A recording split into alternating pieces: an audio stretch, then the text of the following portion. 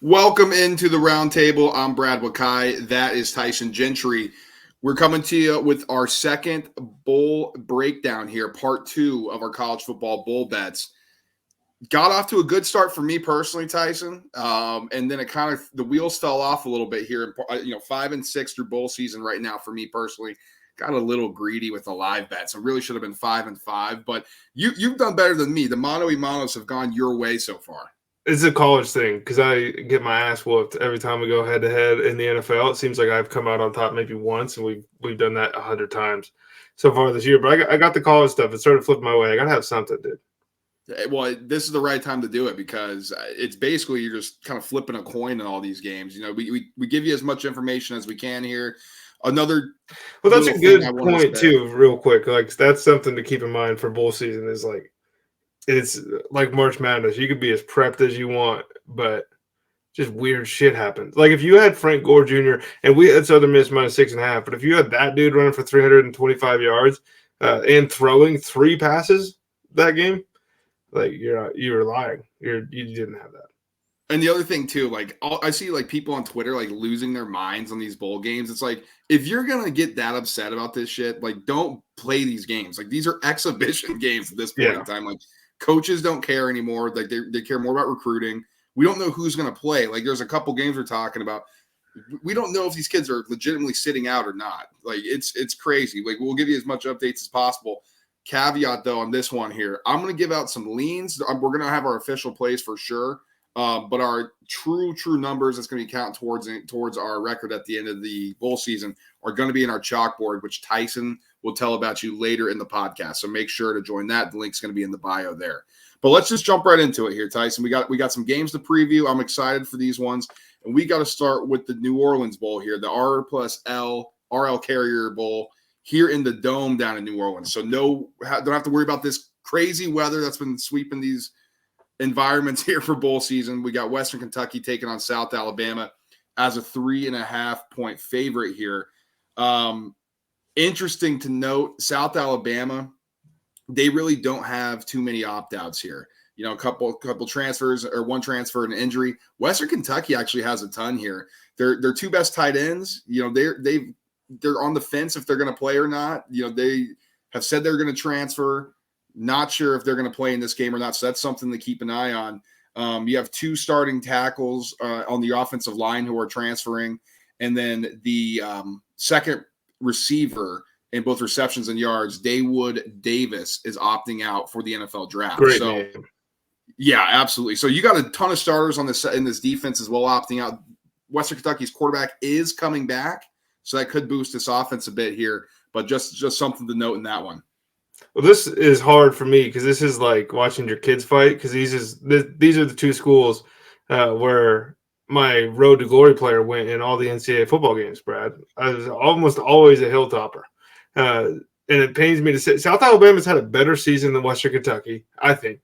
South Alabama, like if this game's played straight up, the line might be completely flipped as far as talent. But you mentioned it, man. Like this is a brand new Western Kentucky team versus a team that South Alabama, for them, this is like a magical season that they've had. It's gone pretty well for those boys. And I just think that they're going to get it done. I'm taking South Alabama minus 3.5, even though I own every single NCAA record as a quarterback at Western Kentucky. I love it. I love it. And the guy you got, he's second in the nation in this current team in real life, Tyson. So he's pretty good here too. Well, that's a Western Kentucky thing, man. It really is. And that's why I'm rolling with the over here, over 56.5. And not just that I think this could be high flying. You're going to have some offense here. But Conference USA and Sunbelt bowl games are 16-5-1 to the over the last 22 matchups these teams have had. I like it here. I'm jumping in immediately on over 56.5. That is my pick for this one. Against the spread, I'm leaning towards South Alabama with you. I may do a little parlay South Alabama money line in the over, but my official play is going to be over 56.5. Next one here, the Armed Forces Bowl. We got Baylor as 3.5-point favorites taking on Air Force. Man, oh man, Tyson, what do you got going on in this one? This game's gonna suck. I think. I don't. If you like scoring, this might not be the one to watch. I think I'm taking the under. one thing the Air Force does that I don't think they get credit for like the other service academies, and it's fine because they're not the other service academies, but they control the ball better than most teams at their level. And I don't think that Baylor's been all that great this season, but it's like 330 yards on the ground, 37, 38 minutes time of possession for Air Force. And it just, to me, that's not a recipe for a high-scoring game, especially when two teams don't know each other. I just think Air Force is going to take the air out of the football. And Baylor, what have they done to show us so far this season, Brad, that they're going to be able to, go quick? Right, and that's the thing here. I mean, Baylor, what they've shown us is that they hated their defense this year because Dave Aranda fired the defensive coordinator, Ron Roberts, and also the special teams coordinator, Ronnie Wheat. So he's like, you guys stink. And Dave Aranda's a nice guy, so when he's calling these guys out, man, it's bad. So he got rid of that. That's a bald brotherhood you got going with him. You're calling him a nice guy. He is, apparently.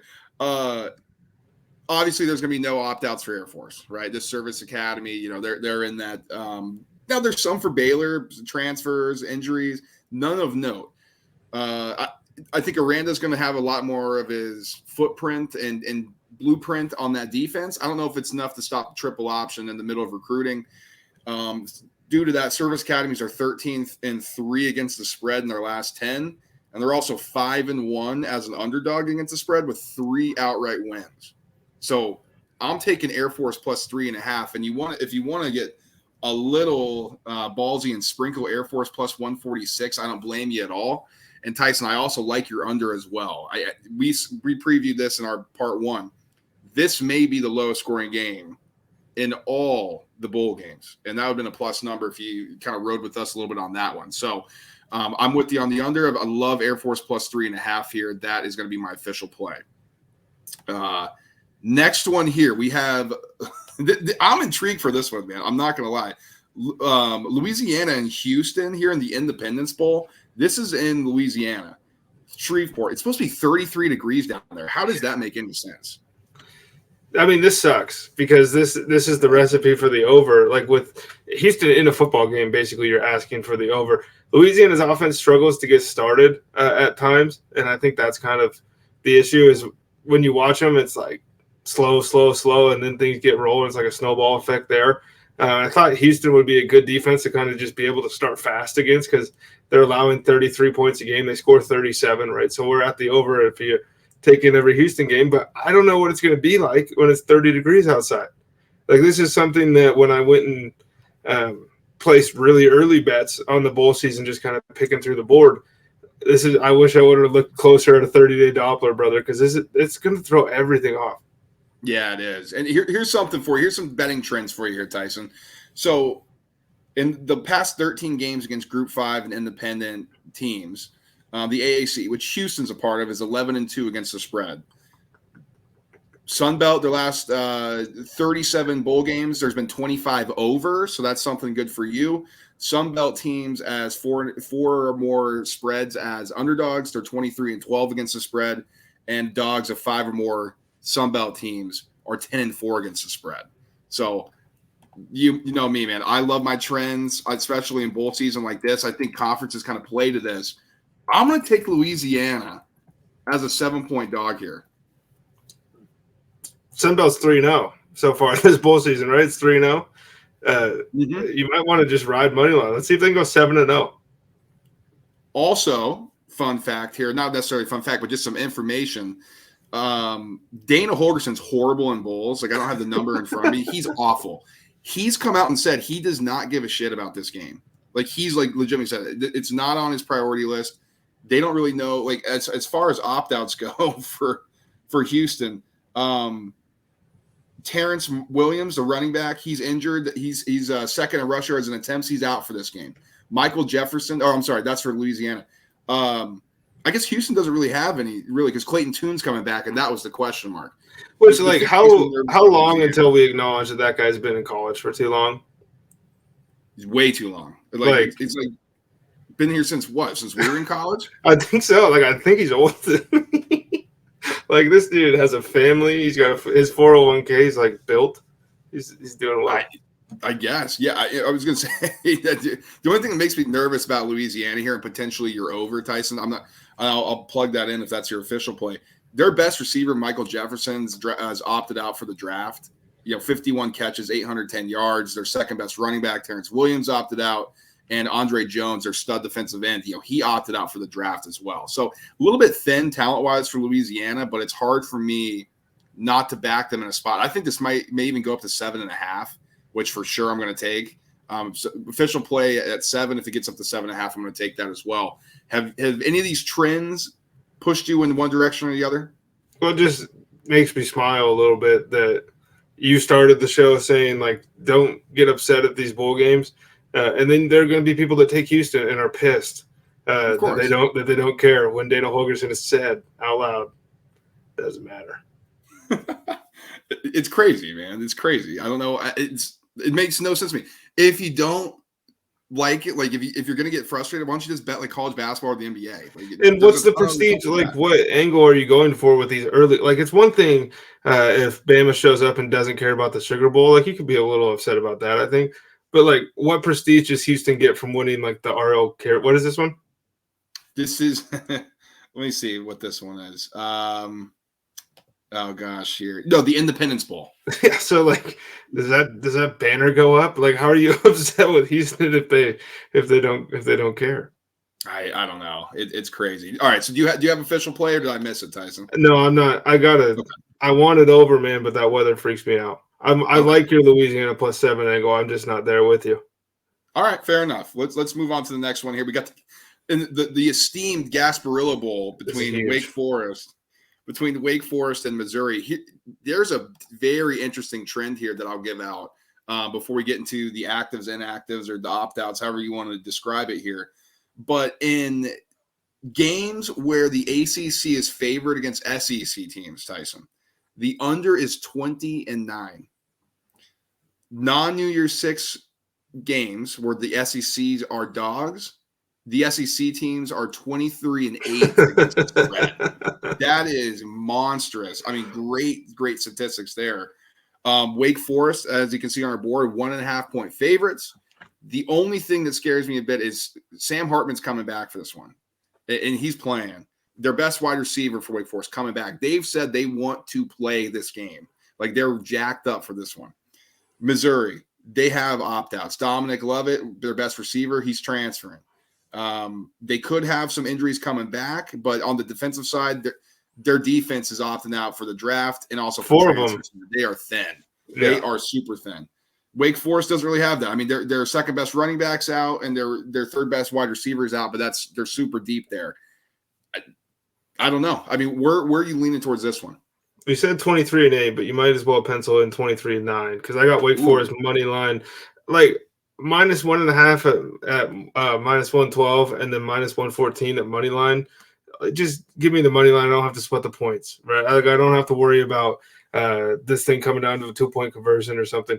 Like, Wake Forest, I think, is just better. Like, they just play in a way that I think is pretty hard to prepare for. And I think Missouri, like, they're not like the rest of the SEC, right? Like, the way that they play it doesn't quite mesh most of the time. With 4 guys leaving, like, the over might be a play here, but I just, like, there's no way Sam Hartman's coming back to lose to Missouri, brother. I just can't see it. No, I'm with you, man. I'm with you. I like Wake Forest money line as well, man. Like, they want to play this game, and that we always look for angles, like who's motivated, who's not. Wake Forest is. They want to make a statement. Offensive coordinator, I believe, or somebody involved. I had it written down. Let me see if I can find it here. Of course, I don't have it now. Somebody involved in the offense. I think maybe the quarterback's coach. I think that's what it was, who started getting more involved in the offensive play calling for Missouri. He took the offensive coordinator job at Boise State. That's what it was. So Eli Drinkwitz, the head coach for Missouri, he's going to be more involved in the play calling. Not sure if that's a positive or it's a negative. Like, he is a good play caller. He has good offensive designs. Does that take away from other things that he was doing when Missouri got to this point? I'm not quite sure. I just know I know that Wake Forest has a better quarterback, and I'm going to ride with the one in bowl season. Okay, we're keep on chugging along here, Tyson. Middle Tennessee State and San Diego State taking playing each other in the Hawaii Bowl on Christmas Eve, man. This has got to be great for both these teams. I mean, 77 degrees out in Honolulu. What a dream. Well, it's going to be nice for them. It's going to be the lowest ratings game that college football might ever put out. I think with the NFL running concurrently all Saturday, like nobody's, unless your kids go to Middle Tennessee State or San Diego State, I don't think many people are tuning into this one. I just have a soft lean here, Brad, and that's Middle Tennessee State plus 6.5. I like this number a lot better at 7.5. They're just kind of hot right now. They've won 3 in a row. I know people were shocked earlier this year when they kicked the shit out of Miami, but we kind of just learned that Miami stunk. More so than Middle Tennessee State was really good. I'm just riding with the team that's playing better right now over the last 3 games. And that's really my only angle here. And like I said, it's a lean, and I don't know if I'm even going to play this one because I'm one of those people that's probably not tuned into this game with the NFL running on Saturday too. I'll be watching this one. Dual TVs or what? You got 3 or 4? I got the laptops. I got the tablets. Yeah. You know how I get. But no opt-outs in this game, man. Everybody wants to make the trip to Hawaii. I don't blame them. Here's my angle. San Diego State goes out there every 2 years. That's true. They go out there every couple years. Here's an interesting betting angle, and it kind of shows like why you got to be careful with these trends because Mountain West favorites from 3.5 to 9.5 range, which San Diego State clearly is. They're 6-16 against the spread. So you're like, oh man, maybe I take Middle Tennessee. Now here's the other thing. The favorites in bowl games where a Conference USA team plays, the favorite is 42-22 against the spread. So it's like, well, now you're leaning towards San Diego State. So it's like, okay, trends aren't really helping me there. Here's what I know. I like the San Diego State team a ton. Their offense has gotten so much better since they got rid of Jeff Hecklinski, however you say that. As offensive coordinator, like it was hard to watch. Like it was an offense that used to go up and down the field. I don't know what happened there. Jeff Horton, he was involved as an associate head coach. He started calling the plays. They really turned it around. Like people were thinking they weren't going to be bowl eligible at some point in the season. Then they cranked this thing around, baby. I'm going to ride with San Diego State. They've been here before. They've been to Hawaii. Like it's not necessarily a huge vacation. Middle Tennessee. They're going all the way out there. This may be the first time, maybe the last time some of these kids will ever go to Hawaii. I don't blame them, man. Soak it in. Meanwhile, this is a business trip for San Diego State, baby. Give me that under the touchdown official play on San Diego State here. See, this is the difference between us, I think, is like you're the sleuth for that angle. Right. I just looked out on the surface. I'm like, yeah, whatever. Yeah, but I'm reaching, man. I'm 5-6 or 6-7, whatever I am in bowl season right now. So I'm trying to find some angles. He's getting a get back on me, but no, that's awesome. Like that's something that I think people don't think about. And both those stats you gave out are just pretty nutty. It is kind of crazy. That's why I always like looking at the trends, at least to amuse me, if nothing else. Next game here. Now this is on Monday. This is the day after Christmas, so we have Christmas off. The Quick Lane Bowl. What a way to get back at the bowl season here and give us Jerry Kill and New Mexico State against Bowling Green, both 6-6 teams. This should be a barn burner here, Tyson. I'm excited for this one. Oh, boy. Now, this is going to be inside Detroit in Ford Field, so we don't have to worry about the weather or anything like that, Tyson. So that's good for you since I know you like playing overs and those different angles. Obviously, who doesn't? Well, the number one angle on this game, and the only angle I think everybody should be playing, is how much do you like Jerry Kill? Because he's never won a bowl game, and he's coaching New Mexico State. Plus 146, man. Give me Jerry Kill to get it done for the first time in 30 years. You give it to me. Give it to me, man. I mean, that's got to be a record for like a coach that the average college football fan, I would say, should know his name. Like if you've been watching for like a decade, like you know who he is, you've seen his face, you know what he looks like, you know his teams. To never win a bowl game in 30 years, like it's now or never, dude. Because the guy is flirting with retirement or some more serious health issues. It seems like every season. Like I just want to see him get one, and maybe he could get out. I'm going to go over 47.5 here. And for you to cover that number, I think New Mexico State's got to score here. And Bowling Green, we know, can give up points. I mean, they're a MAC team. Here's something interesting. Games where the MAC is the favorite in bowl season, the over is 14-8. MAC teams with totals less than 50, they are 6-16 against the spread and 3-19 straight up, Tyson. Holy How about that, baby? sheesh. You might be cashing a plus money ticket with your Jerry Kill. Yeah, I mean, or they're 4-19. Like, or the stack gets better by 0.5% or whatever. It's one of the two here, but I like the over here. I think for both angles for us, Tyson with the money line, there's going to need to be points scored in this one. The trends help us out both here. I think I may sprinkle a little bit on New Mexico State just so we can be on the right side of history with Jerry Kill. Okay, next one. What is the Camellia Bowl? I think I'm pronouncing that right. The Camellia Bowl here. Georgia Southern taking on Buffalo, another MAC team. Another matchup of the 6-6 teams. This is down in Montgomery, Alabama. 50 degrees down there. So hopefully by that time, that cold weather front that's been going through the country, and you're experiencing that right now, Tyson, out in Montana. Hopefully hopefully that subsides here. This is intriguing. I mean, any thoughts at all to start this game? Well, to me, like you have play of the week, play of the month, all that stuff. This is a play of bowl season here, buddy. Ooh. Georgia Southern and Buffalo under 66.5. I'm taking that 10 times out of 10, 7 days a week. Buffalo hasn't scored over 27 since the middle of October. Georgia Southern has scored over 30 twice in their last 5 games, and they've been under 33 of those 5. Like, you're asking both these teams to do things that they don't do. And those stats you just read off kind of give me some backup ammo there, I guess. But, like, these are just two – like, this should be a 56.5-point line. Like, I'm missing something. Yeah, it's weird. I don't know. I mean – Buffalo can't defend through the air. Georgia Southern can throw through the air.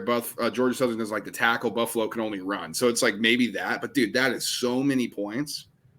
That's asking both teams to basically hit their best performances of the year at the same time. Right, exactly.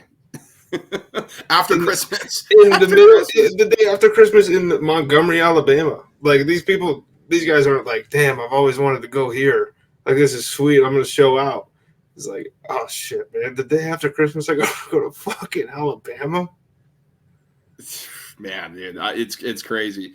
Here's a trend of all trends here in bowl season: MAC underdogs are 10-51 straight up.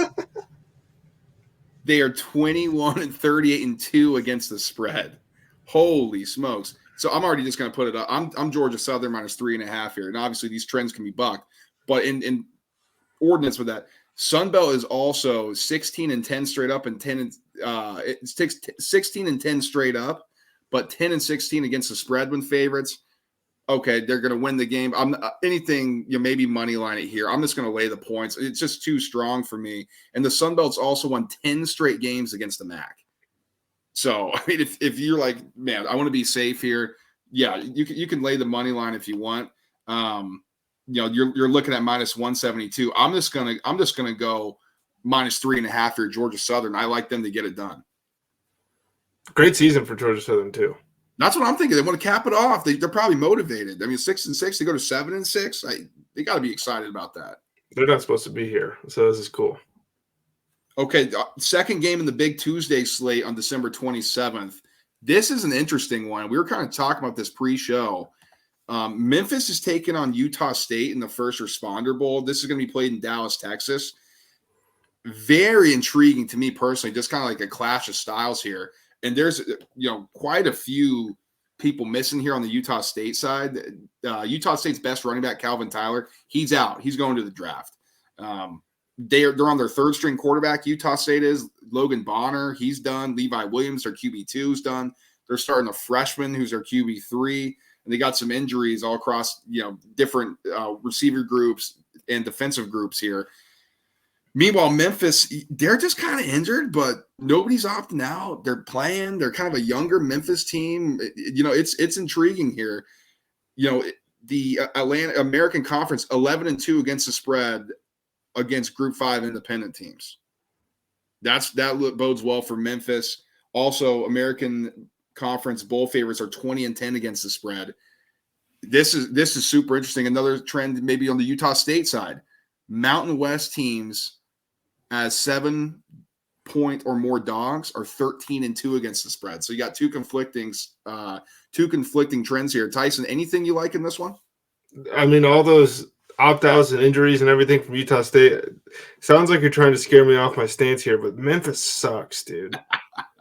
Like 2-4 in their last 6. Like halfway through the year, it was like, oh, Memphis is just like they look good, and then it's like, holy shit, these guys don't care about playing football at all anymore. Yeah, they're young, but it feels like they checked out a month and a half ago. Like this team is coming into bowl season on maybe the worst, riding the worst wave of any team in a bowl game. So I like Utah State plus 7.5. It's going to be weird, and it's going to be potentially disastrous for me because like we don't know if any of these kids can play that are stepping up. They're probably 27, right? Because they all went on whatever after high school, and they're here to play. But I can't get over how bad Memphis was to close the year, and then wrapping my head around them being 7.5-point favorites against anybody. Yeah, I know you said you can't wait to bet against Memphis again. I'm like, oh, dude, Memphis, so many good trends in their direction. I want to take Memphis, and the problem is, you know what I'm scared by? Our freaking mano-a-mano play in college football lately has been kicking my ass. So now I'm like, dude, maybe I should just stay away. So I'm gonna lean towards Memphis here. I'm not gonna take anything official right now because Tyson's been whooping me when we go 1v1. Dude, Memphis sucks lately. Like it's so bad.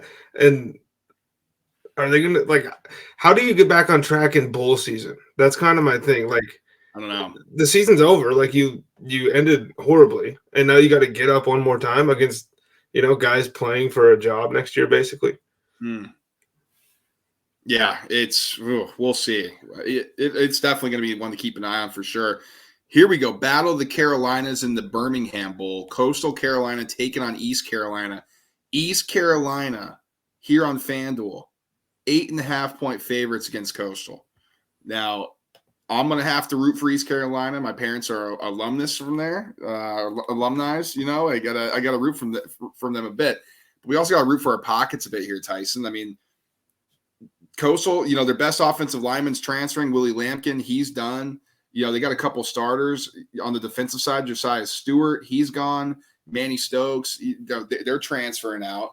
And then East Carolina on their side, their best tight end, Ryan Jones, opting out for the draft. He's third in receptions and yards on the team. And also their center, Avery Jones, who is a starter, he's transferring out. So a couple pieces missing here and there. But the biggest one for Coastal, Grayson McCall, he's going to play in this game. That's a big news. And Jamie Chadwell, he had one foot out the door, kind of down the stretch here, taking the job at Liberty. He's not going to coach in this one. So their interim coach is going to be their defensive coordinator, Chad Staggs. Very, very interesting to see how that kind of goes here. Sunbelt games and Sunbelt Bowl games where the spread's 4 or more, the Dogs are 23-12 against the spread. That applies to Coastal here. Sunbelt just against the spread as Dogs is 17-10. Sunbelt Dogs of 5+ or more are 10-4 against the spread. It's screaming Coastal to me, Tyson. Do you have a pick here? I think an underrated part of this that I've not seen talked about anywhere, but granted nobody's really hyping up the Coastal Carolina East Carolina game. Like the Chanticleers could have 3 straight double-digit win seasons. It's fucking huge. Like that's massive. That's program building, and I understand that it's a new head coach and all this stuff. Better quarterback, brother. At 8.5 points, that just feels like a lot, especially in a game where we think we're kind of gonna know what we're gonna get. I know it's a new head coach, but I can't imagine much changing on the way Coastal plays offense. I don't think that the interim coach coming from defensive coordinator is going to want to put his foot into the offensive coordinator's room too much. I think he's just going to let him rock. East Carolina's been good. 8.5 feels like a ton. Agreed. I'm on Coastal with you as well. And I'm also taking an interest in the over 62.5 here. Coastal got pounded by Troy every which way in that Sunbelt championship game. But East Carolina can spread it out. Their defense, though, man, oof. It's not very good. But East Carolina can throw the rock too, man. This over 62.5, I didn't see any trends that really jumped out to me on that one. Just intuitively, I'm looking at the 62.5. But the official play is going to be Coastal plus 8.5. Love that one. This will not close at 8.5. No. Once you watch this, get in that bet early because this will not close at that number. Get CLV and help yourself out here. Last one for us, Tyson, and this, I mean, we thought it was a joke with the transfers with Louisville and Wisconsin and Cincy. This is even worse.